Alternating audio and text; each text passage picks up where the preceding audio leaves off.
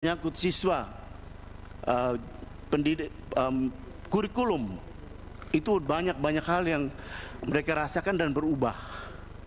Dan pesan yang saya peroleh juga secara keseluruhan, jangan sampai ganti lagi semua hal yang kita pernah lakukan ini gitu. Karena kami akan mengalami kesulitan baru gitu di bawah.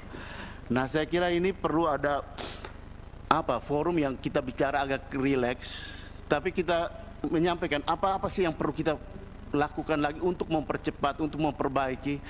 Tapi jangan sampai kemudian merombak secara total, karena ini menyangkut manusia gitu. Dan itu saya kira hal yang penting yang harus perlu kita jaga sama-sama ke depan. Bukan untuk siapa yang menjawab, bukan, tapi untuk kepentingan anak-anak kita gitu.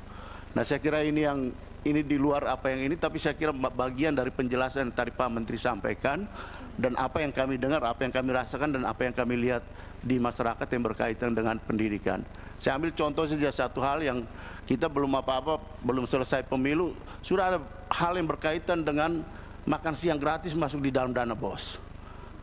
Kan repot kita mau memperdebatkan dan mempertanggungjawabkan seperti ini. Sementara kita semua tahu, ya makan siang gratis pasti anggarannya lebih tinggi dari seluruh anggaran Kementerian Pendidikan dan Kebudayaan. Saya sampai usulkan lebih baik bikin Kementerian makan siang gratis saja sekalian, ketimbang kita harus masukkan di pipa dana BOS yang mungkin jumlah angkanya lebih sedikit, dengan dijejalin dengan anggaran yang begitu besar, sementara nanti di sekolah-sekolah harus bertanggung jawab terhadap segala persoalan itu gitu yang berkaitan dengan ini. Jadi saya kira mungkin ada evaluasi khusus, ada pembicaraan khusus yang lebih rileks, tapi untuk menitipkan untuk ke depan. Saya kira terima kasih atas waktu dan kesempatan. Terima kasih.